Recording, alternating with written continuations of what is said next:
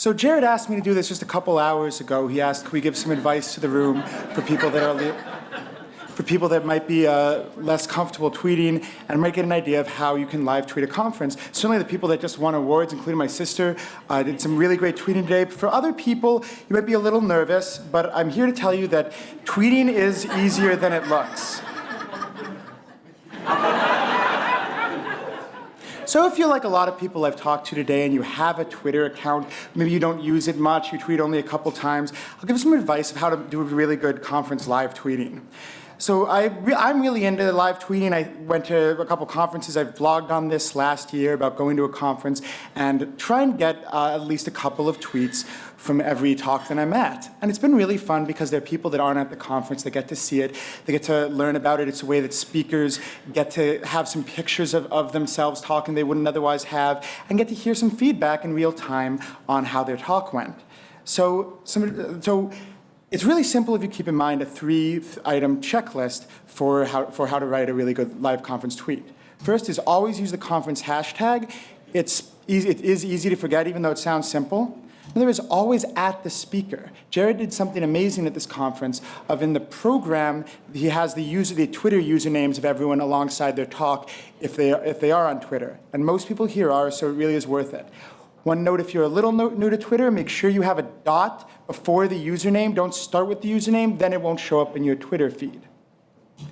Another is always include a picture. This is something I feel very strongly about in conference tweeting.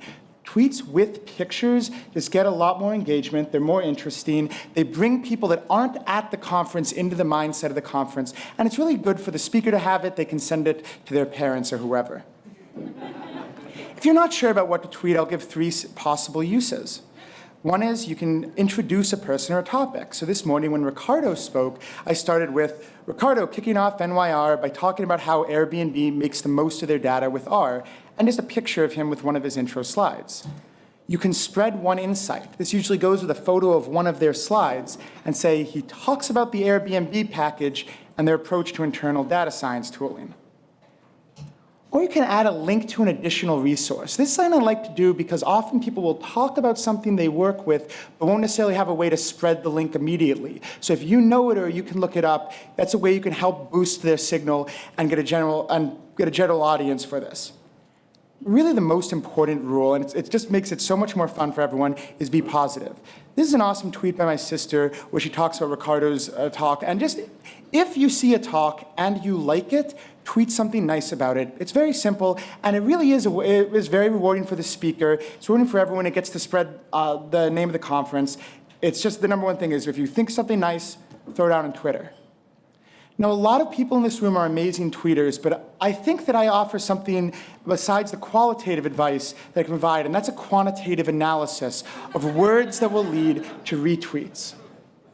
So you can take using the tidy text package by me and Julia Silgeeb, you can take a set of tweets, split it up into words, and find what words are used in highly retweeted tweets.